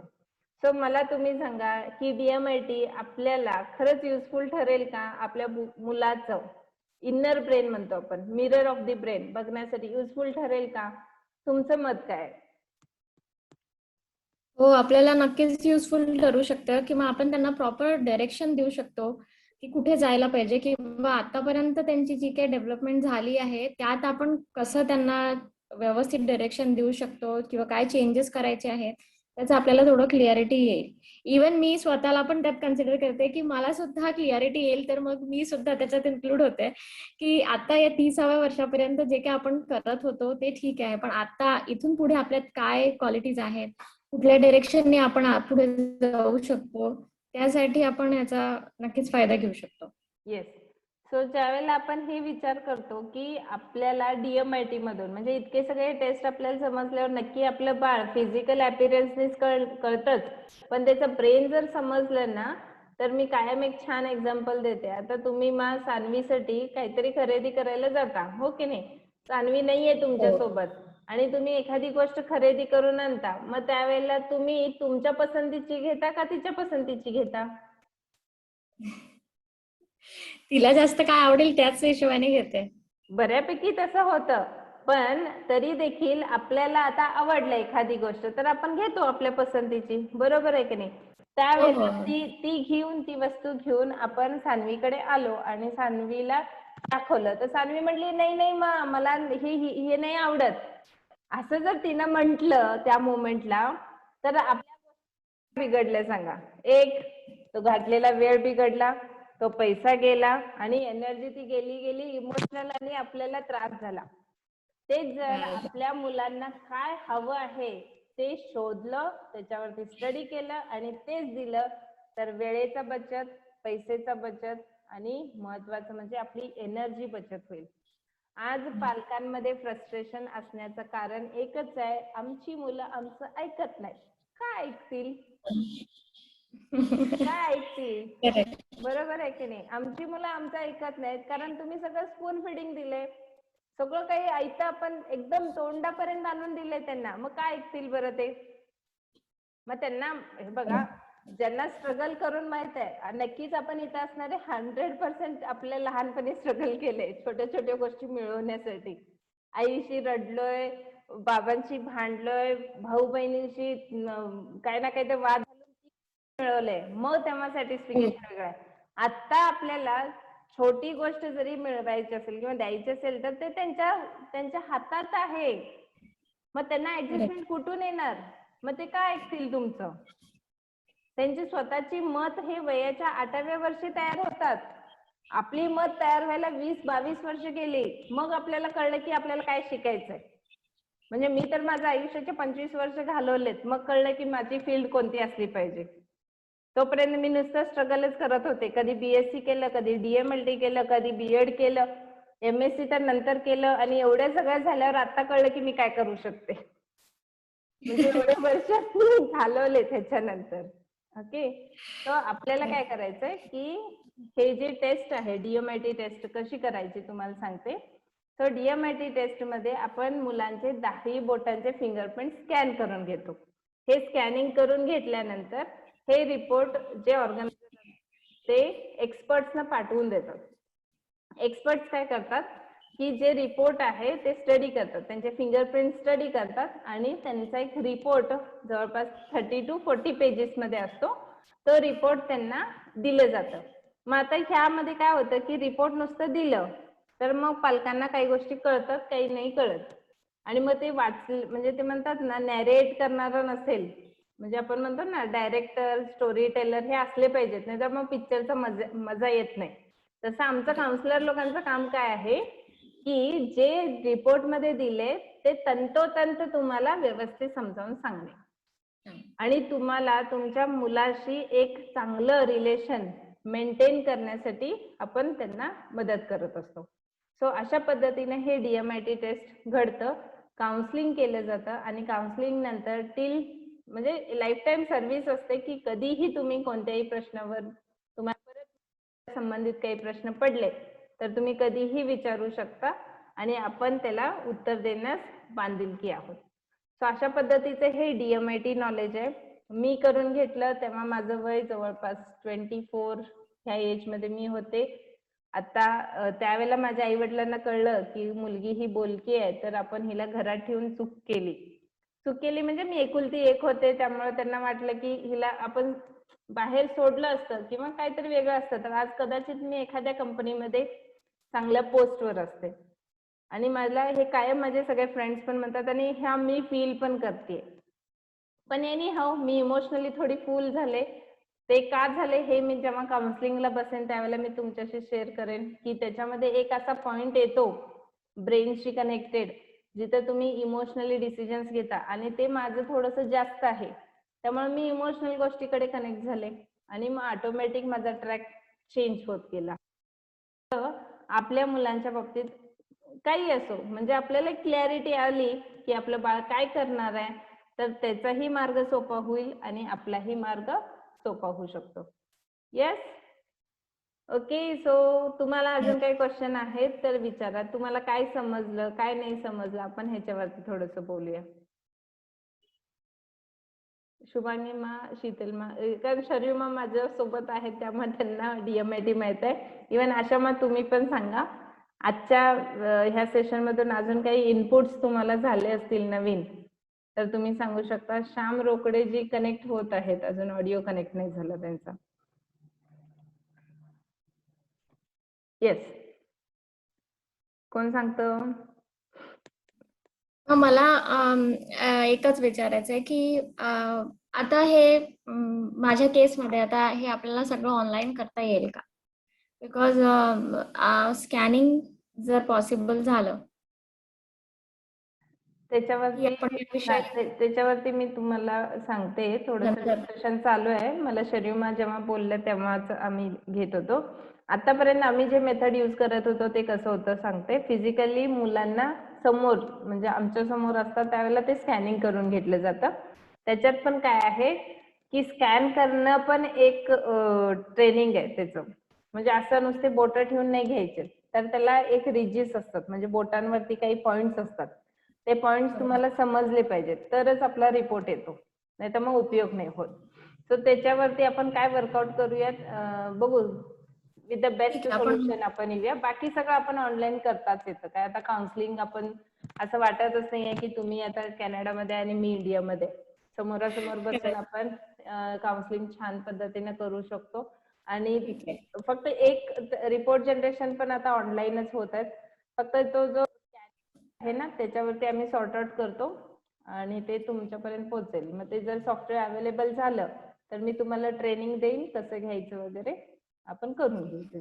Okay, yes. ठीक आहे. अजून तुमचे काही क्वेश्चन असतील तर मग विचारा. शुभांगी मा, तुमचे काही क्वेश्चन असेल तरी विचारा. तुम्हाला गणेशजींनी का पाठवले हे तर कळलं का? क्लॅरिटी आली का? नाही तर गणेशजींनी आपलं काम केलं, चला लेकीला काहीतरी चांगलं ऐकायला मिळू दे म्हणून पाठवलं, पण तुम्ही काय ऐकलात तेही आम्हाला कळू दे थोडं. तुम्ही अनम्यूट करून घ्यावं लागेल शुभांगी मा. म्यूट आहात, म्यूट. श्याम रोकडेंच्या इथे जे कनेक्ट झालेत अशा मग तुमच्या ओळखीचे आहेत का? नाही का? त्यांना ऑडिओ नाही कनेक्ट करता येत आहेत. ते विचारतायत कुणाला तरी व्हिडिओ कॉल करून.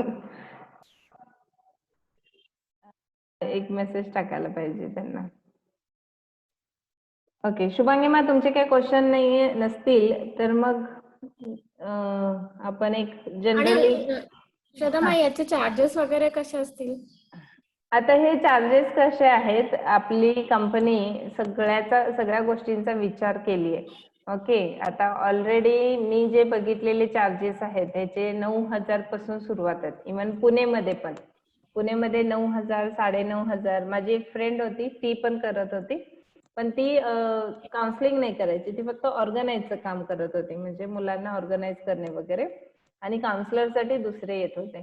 सो त्यांनी जे चार्जेस घेत होते त्यांनी 9,000 अँड असं घेत होते. आणि आमचे जे म्हणजे आमच्या भागामध्ये आम्ही जे घेत होतो आपल्या स्कूलसाठी, मुलांच्या स्कूलसाठी, ते आधी आपण घेत होतो ते 2,500. कधीच मी सांगते हे तुम्हाला 2014-15, म्हणजे 2,500 आपण तेव्हा घेत होतो. त्यानंतर कंपनीने रेट वाढवले. आता ती चार्जेस एक रिझनेबल आपण ठेवलेलं आहे, किंवा आपल्या अनिश हेल्थकेअर अँड कन्सल्टन्सी सर्व्हिसेस मध्ये ती आहे 3,000 समथिंग. Sir Anil sir 600. किती? 3,600. हा, 3,600. 3,600 आपण इथे ठेवलेली आहे. आणि मी श्वेता, मी तुम्हाला सांगितलं होतं की मी जवळपास 8 वर्षापूर्वी अनिकेतची टेस्ट करून घेतली होती. 8,000 पे केले होते त्यावेळेस. येस. जवळपास 7-8 वर्ष होऊन गेली. अनिकेत ज्यावेळेस 8वीला होता त्यावेळेस मी त्याची, म्हणजे पुण्यामध्येच मला 8,000 चार्जेस लावले होते त्या डॉक्टरांनी. आणि आज पुण्यामध्ये 13,000 त्याच डॉक्टरांकडे चार्जेस आहेत. 13,000. नाही, आता ते 8-9,000 रुपये सांगितले, चार्जेस अतिशय कमी आहेत. ते पण कमी आहेत. पुण्यामध्ये डॉक्टर 13,000 रुपये घेत आहेत. बरोबर. 13,000 देत आहेत. आणि किती पानांचा रिपोर्ट आहे माहितीये का तो? मला वाटतं 12 ते 13 पानांचा रिपोर्ट आहे. 12 ते 13 पानांचा रिपोर्ट ते आम्हाला देतात. परंतु त्यांनी मला अनिकेतचं जेव्हा केलं, हे सगळं नवीन होतं माझ्यासाठी, पण ते त्यांनी मला काय एक्सप्लेन केलं त्यावेळेस मला असं काही फारसं लक्षात नाही आलं. म्हणजे फक्त हे असं असं असं असं म्हणजे सगळं डोक्यावरनं गेलं खरं म्हटलं तर. कारण कन्सेप्टच नवीन होती ना, हे DMITची त्यावेळेस कन्सेप्टच नवीन होती आणि अनभिज्ञ होतं पूर्णतः बरोबर. या टेस्ट पासून. त्यामुळे आम्हाला ते लक्षात नाही आलं त्यांनी काय सांगितलं माझ्या बाळासाठी. आता मी ते रिपोर्ट शोधणार आहे. अर्थात रिपोर्ट कुठे ठेवलेले, फाईल कुठे गेले हे पण माहिती नाहीये मला. सो मी एकदा परत ते रीड करून घेणार आहे की बाबा त्याच्यामध्ये काय लिहिलेलं आहे माझ्या मुलासाठी. Yes. ठीक. तर आता मिळालं सानिका आहे. तर ठीक, नाही मिळालं तर आपण अनेक करून घेऊया. Sure why not. नक्की नक्की. आणि मग मी अनिकेत समोर बसून काउन्सिलिंग करणार, त्यालाच करणार. अगदी अगदी. अनिकेत आहे, सानिका आहे. हा, सानिका आहे. इनफॅक्ट सानिकाचं पण आपल्याला करायचंय. 10वीला गेली आता. हो. सानिकाचं पण आहे. आणि तुला सांगते शीतलमा, शर्युमांचं स्वतःच केलंय, शर्युमांच्या दोन्ही मुलींचं केलेलं आहे. ओके. सो म्हणजे लास्ट कोविडच्या आधी आम्ही दोघीही DMITच्या कामासाठीच असायचो. सो आम्ही दोघी जेव्हा करत असतो, इवन त्यांच्या अपार्टमेंट मध्ये बऱ्यापैकी सगळ्यांच्या घरातील प्रत्येक 1-2 मुलांचे आम्ही केलेले आहेत. म्हणजे त्यांनी सगळ्यांना सजेस्ट केलं. आणि काय हे DMIT काय आहे ना, तुम्हाला ना कमी पैसे इज नॉट इम्पॉर्टंट, म्हणजे 10,000 असो, 3,000, 4,000 असो, स्वतःच्या बाळाबद्दल कळलं ना तर पहिली क्लॅरिटी येते की बाळ बदलत नाही, आपण बदलायला पाहिजे. मग आपण कायम काय म्हणतो, ह्याला एवढं सांगतो बघा, हा काय बदलतच नाही, ऐकतच नाही, असं म्हणायचं मग सोडून देतो. ओके. त्या स्टेज मधनं आपण बाहेर पडतो आणि मग आपण विचार करतो, अरे हा बदलत नाहीये, ह्याचा अर्थ ह्याच्या समजून घेण्याची कॅपॅसिटी काय ते वेगळी आहे, मानण्याची पद्धत वेगळी झाली पाहिजे. हे ज्यावेळेला आपल्याला कळतं त्यावेळेला परत तुमची एनर्जी काय होते, सेव्ह होते. त्यामुळे आपण काय करायचंय की जास्तीत जास्त स्वतःला चेंज करायचं आणि बघायचं की त्याच्या साचेमध्ये बसून, किंवा त्याचा जो काय एक हे आहे रोल मॉडेल त्याचा जो आहे, त्या मॉडेलमध्ये आपण बसून त्याला समजावून सांगणे, ते कधीही त्याच्यासाठी युजफुल ठरते. आणि मी आतापर्यंत जितके काउन्सिलिंग केलेत ना, त्या सगळ्या काउन्सिलिंगचे रिझल्ट 100% आहेत. आता तुम्ही म्हणाल की हे मग रिपोर्ट किती पर्सेंट आहेत, हाही क्वेश्चन एक येतो पुढे की 100% हे मॅच होतं का. तर मी सांगतानाच कायम सांगते की 100% रिपोर्ट मॅच होत नाही. त्याला 2 रिझन आहेत. एक, पहिली गोष्ट म्हणजे बाळ तुमचं आता 6 वर्ष झालं सान्वी आहे तुमच्या बरोबर, हो की नाही, म्हणजे नक्कीच तिच्या ब्रेन वरती एन्व्हायरमेंटचा पण इफेक्ट झालाय, सोसायटीचा पण इफेक्ट झालाय, त्या गोष्टीही चेंजेस आपल्याला तिच्यामध्ये दिसणार आहे. तिचे रिपोर्ट आपल्याला 95% येतात. आता जर मी म्हटलं आशा मॅडमच्या बाबतीत विचार करायचा, तर आशा मॅडमचे 80 to 85% रिझल्ट दिसणार. का सांगा? कारण त्यांनी स्वतःला मोल्ड केलेलं आहे, परिस्थितीनुसार मोल्ड केलेलं आहे ना. भलेही त्यांना छान एखादी गोष्ट आवडायची, पण ते करू नाही शकत आता. काही एक वर्ष त्यांनी जर ते विसरले असतील, तर त्यांना असं वाटणार हे माझ्यामध्ये नाहीच आहे क्वालिटी. म्हणून आपण सांगताना क्लॅरिटी देतो की 80 to 85% त्यांच्या एजच्या ग्रुपला मॅच होतं, किंवा आपल्याही ग्रुपमध्ये म्हणू शकतो. पण मी क्लॅरिटी का देते? कारण आपल्याला माहिती पाहिजे की ब्रेन वरती दोन्ही गोष्टीचे इफेक्ट होतात. डीएनए चे होतात, आईशी कनेक्टेड होतात, आणि सोसायटीचे पण होत असतात.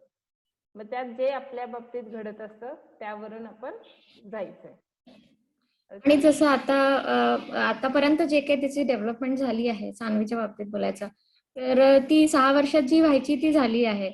तर त्यात जर आपल्याला काही बिहेवियरल किंवा काही अशा गोष्टी असतील तर त्यात सुद्धा आपल्याला एक डायरेक्शन किंवा मिळू शकतं ना, की आपण त्या कशा बदलू शकतो किंवा त्याच्यामध्ये अजून सुधार कसा आणू शकतो. त्याच्यामध्ये तुम्हाला किंवा- रेमेडीज देणार आपण. म्हणजे ते रिपोर्ट जेव्हा येतो ना, त्या रिपोर्ट मध्ये रेमेडीज असतात. ओके, जसं आपण तुम्ही ISP करत असताना तुम्हाला माहित आहे, ISP मध्ये आपण आता एन्सायक्लोपीडिया देतो मुलांना, त्याचबरोबर त्याचे 5 सेन्सेस स्ट्रॉंग करत असतो. प्रत्येक सेन्स त्याचं कसं आहे हे देखील आपण बघत असतो. तर हे ज्या गोष्टी आहेत ना, हे आपण रेमेडीज थ्रू पण करून घेतो. मग त्या रेमेडीज तुम्हाला त्या बुकलेट मध्ये मार्केबल असतात. म्हणजे तुम्हाला कुठले रेमेडीज करायचे आहेत हे तुम्हाला सांगितलं जातं. म्हणजे सगळ्या मुलांना सगळं नसतं. ज्याचं ऑलरेडी हाय आहे त्याला सगळं करण्यात काय पण नाहीये. जो वीकर सेक्शन आहे ना, त्या वीकर सेक्शन मधलंच ते त्यांना करायचं असतं. एवढंच करायचे. Yes. मग ते रेमेडीज तुम्हाला काउन्सिलर, म्हणजे जेव्हा आपण काउन्सिलिंगला बसतो ना, त्याला गोष्टी आपण समजावून सांगत असतो. Okay okay okay. ओके. आणि खूप बेटर आहे. म्हणजे मी स्वतः सांगण्यापेक्षा कसं होतं, काउन्सिलिंग झाल्यानंतरच आमचे आता साक्षी काय मी कुठेही मार्केटिंग करायला गेले नव्हते. इवन शरी मॅडमना पण माहित आहे. हे सगळे जे गोष्टी घडलेत आमच्या बाबतीत, हे सगळं माउथ टू माउथ रेकमेंडेशननी घडलेत. म्हणजे ह्यांनी त्यांना सांगितलं, त्यांनी ह्यांना सांगितलं, हे चांगलं आहे, हे चांगलं आहे, आपल्या मुलांसाठी करा, असं करत करत केलेलं आहे. आणि मी ज्या घरी गेलीये DMIT साठी, ते तर ऍज अ काउन्सिलर प्रोफेशनल झालीच नाही. आम्ही त्या घरातली व्यक्ती झालो.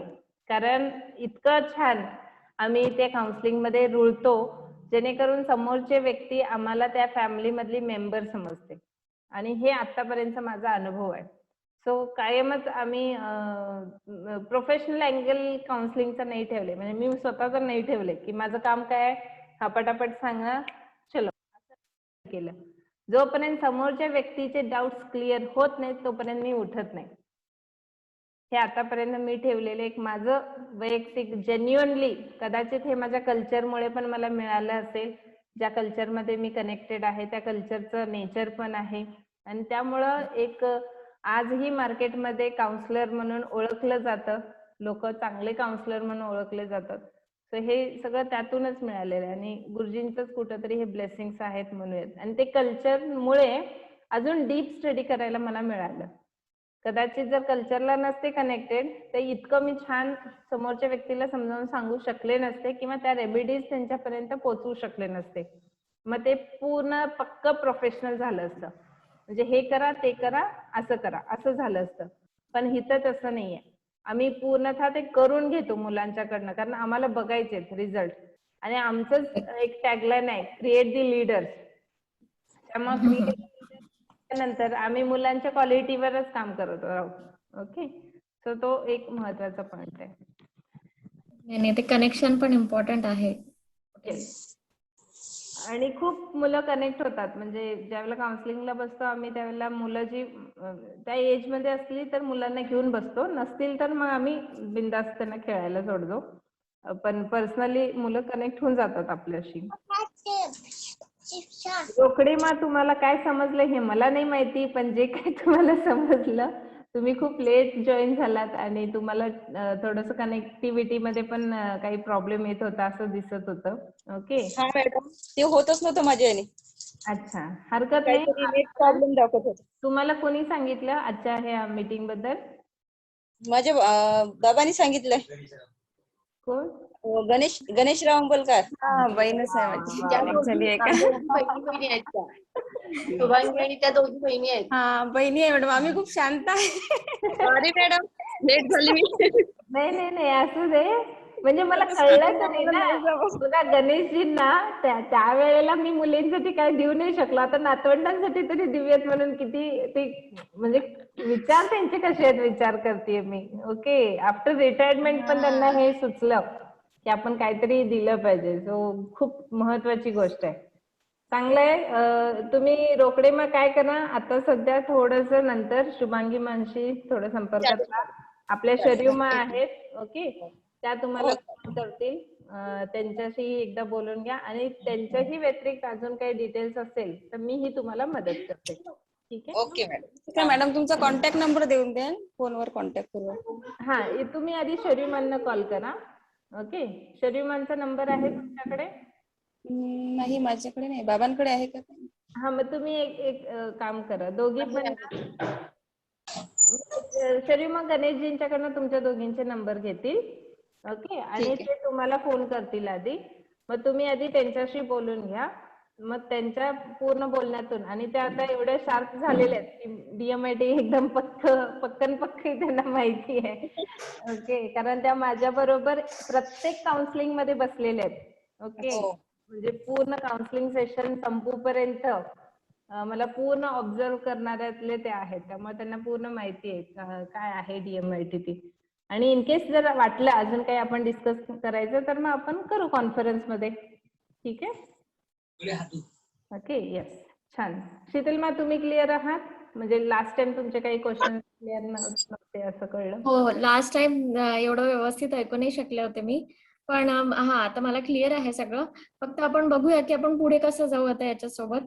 ते तुम्ही मला सांगा आमचं. ते आपण एक छोटी मीटिंग घेऊन बघूयात. आणि ते सॉफ्टवेअरचं घेते मी सर वगैरे, आम्ही बघून घेतो. ते काय विदिन 1-2 days मध्ये होऊन जाईल सोल्युशन. आता तुम्ही रोकडे मग तुम्ही कुठे राहता? मी चिंचवडला राहते मॅडम. पुणे.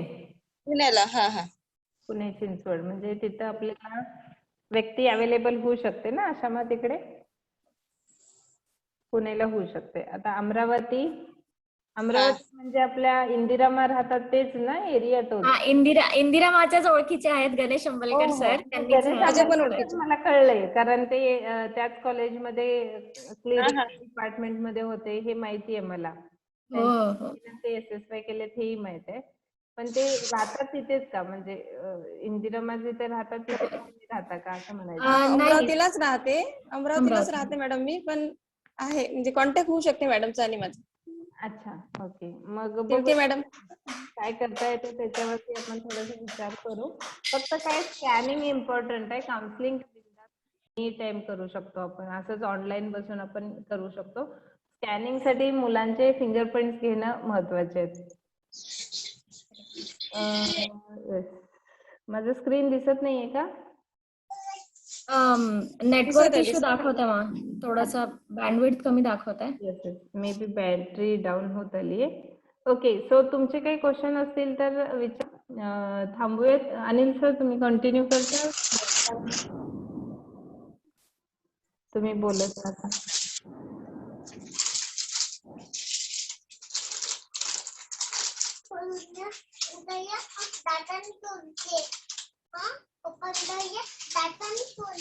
हॅलो. हा सर, थोडं बोलत राहा तुम्ही. माझं कदाचित हे झालंय, लॅपी हँग झालाय वाटतं. ओके, ठीक डाऊन असल्यामुळे.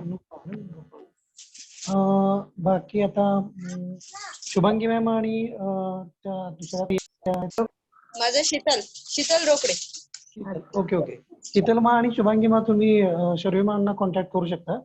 आणि मग आता सेशन मध्ये तुम्हाला मला वाटतं बऱ्यापैकी संपूर्ण माहिती मिळाली असेल. ओके, जर काही प्रश्न आणखीन असतील तर त्या प्रश्नाच्या रिलेटेड तुम्ही शर्विमांशी कॉन्टॅक्ट करा. त्याचबरोबर हे आहेत श्वेतामा आणि उपलब्ध आहेत शर्विमांच्या शर्विमांकडून. जर तुमच्या काही क्वेश्चन्स राहिले तर श्वेतामा उपलब्ध आहेत.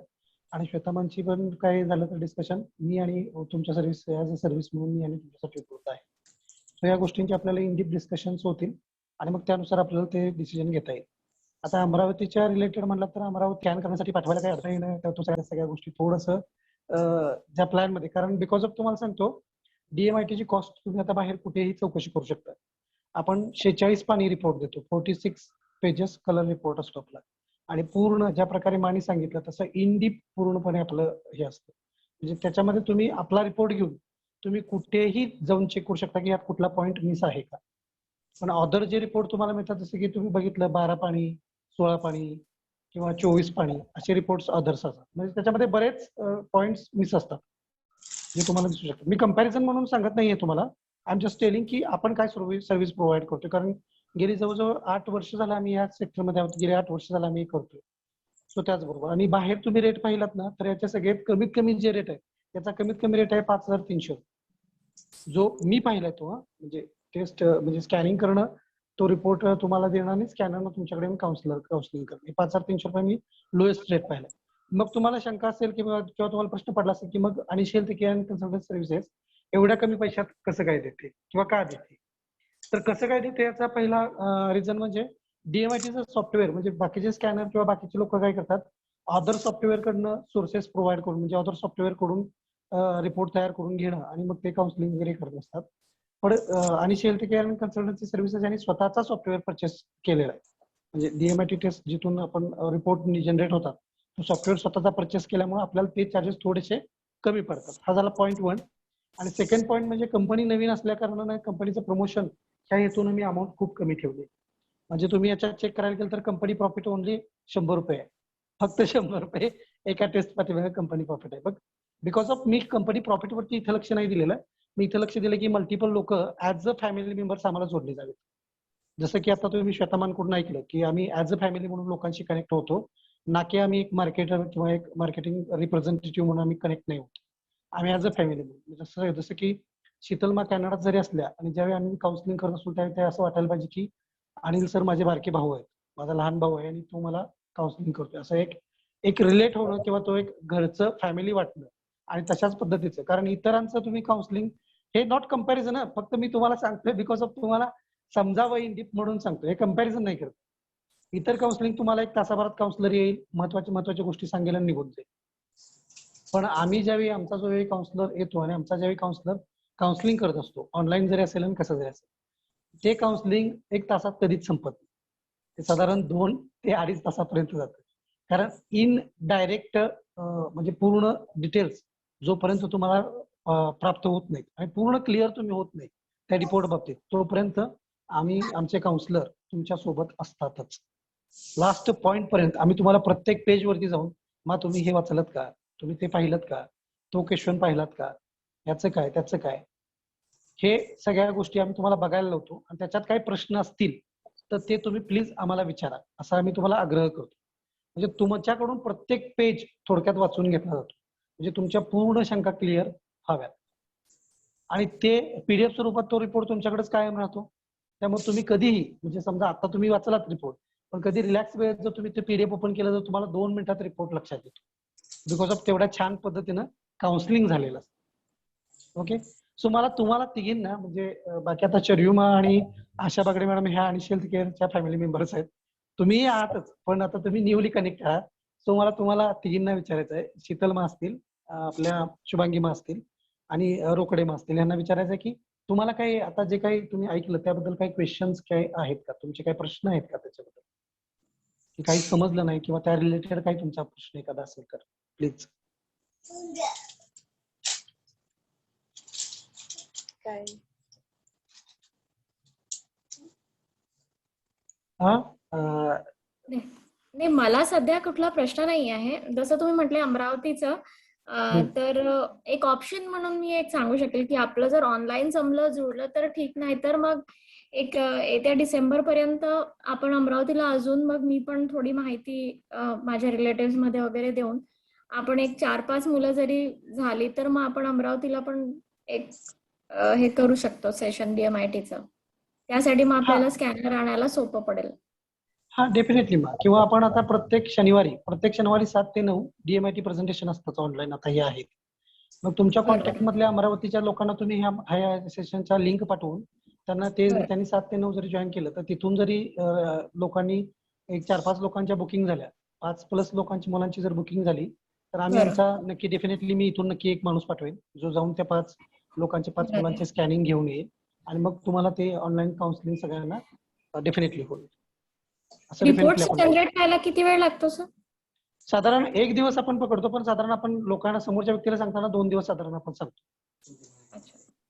पीडीएफ मिळाल्यानंतर 2 दिवस आपण साधारणतः सांगतो. आणि मग काउन्सिलिंगला मात्र थोडंसं तुम्हाला वेट करावं लागतं, बिकॉज ऑफ आम्ही काउन्सिलर आमच्याकडे भरपूर आहेत, पण आम्ही तिथं संख्येचं नाही, म्हणजे क्वांटिटीचं नाही, क्वालिटीचं आम्ही पाहतोय. सो त्यामुळे क्वालिटीचे जे ट्रेनर आहेत किंवा क्वालिटीचे जे काउन्सिलर आहेत, आम्ही त्यांच्या थ्रूच काउन्सिलिंग तुमच्यापर्यंत पोहोचवतोय. ओके, तसं काउन्सिलिंग आमच्या बागडे मॅडम हे खूप उत्कृष्ट करतात. बट त्या थोडंसं स्वतःच म्हणतात की सर मी थोडंसं इन लर्निंग मोड मध्ये राहते, मला पटकन काउन्सिलिंगला नका पुढं प्रमोट करू. बिकॉज ऑफ त्यांना कुठेतरी असं वाटतं की ज्या प्रकारे परफेक्शन बाकीच्यांचं जाते, म्हणजे श्वेतामांचं जसं काउन्सिलिंग परफेक्शन आहे, तसं परफेक्शन मीही बनेन आणि मगच मी पुढं येईल, म्हणजे हा त्यांचाच मोठेपणा झाला. तर तसंच आपल्याकडे आम्ही त्याच पद्धतीने क्वालिटीवरती थोडासा भर देतोय. मग तसे प्रोफेशनल जे आहेत, जे परफेक्टली तुम्हाला इन डिटेल सगळ्या क्लिअर करू शकतात, मग तशी लोक काउन्सिलिंगला असल्यामुळे आम्ही काउन्सिलर संख्येने उभा नाही केलेले, क्वांटिटीने उभा नाही केले, क्वालिटीने उभा केले. सो थोडंसं काउन्सिलिंगला 1-2 दिवस मागे पुढे तुम्हाला, आणि ते तुमच्या वेळेनुसार घेतलं जातं. असं नाही की तुम्हाला डिक्लेअर केलं जाईल की आता तुमचं काउन्सिलिंग आहे, तुम्ही आता जॉईन करा, असं नाही. ते तुमच्या वेळेनुसार, बाबा तुम्हाला वेळ कधी आहे, तुमचं बाळ किंवा तुम्हाला मग तुमच्या मिस्टरांना बरोबर घेऊन बसायचं असेल, दोघांना ऐकायचं असेल की आपलं बाळ कसं आहे, तर तेही तुम्ही तुमच्या दोघांच्या वेळेनुसार त्याचे एक व्यवस्थित अरेंजमेंट करून आपण ते ऑर्गनाईज करतो आणि त्यानुसारच काउन्सिलिंग होतं. ठीक आहे, ठीक आहे. मी तसं कळवेल मग कोणी असले तर. हा, डेफिनेटली. ओके. आणि त्याआधी जर सपोज जसं आता श्वेता मॅम म्हटल्या, त्याआधी जर माझ्यासाठी की ऑनलाईन अवेलेबल झाला तर मग मी लवकर सुद्धा करू शकेल. त्याच्यावरती नाहीतर आपण थोडंसं, तुम्हाला मी माझं जसं म्हटलं तसं आपण तुम्ही थोडंसं थांबणार, तुम्हाला आहे ना वेळ आता, आपण तो हो, शर्विमा हो, बोलले ना वेळ आहे, तुमच्याशी. वेळ आहे, वेळ आहे. हा हो, वेळ आहे. हा बोलल्यात, ठीक बोलल्यात. आहे. हा, मग ते आपण थोडंसं हे सेशन आपण संपल्यानंतर आपण पर्सनली Discuss बोलूया. करू. त्याच्यामध्ये आपल्याला गोष्टी बऱ्याच क्लिअरली होतील. Okay, okay. ओके, सो मी लीव करते कारण बॅटरी 5% वर आहे. ओके, सो आता क्लिअर आहेच. रोकडे मॅम, तुम्ही एकदा कनेक्ट व्हा त्यांच्याशी.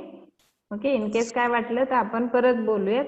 तुम्हाला दोघींना एक सांगायचं होतं, शुभांगी मा आणि रोकडे मा, तुम्ही शीतल रोकडे, गणेशजींनी जे क्लास केलं SSY क्लास, ओके, सो ते उद्या त्याचं इंट्रोडक्शन आहे सकाळी.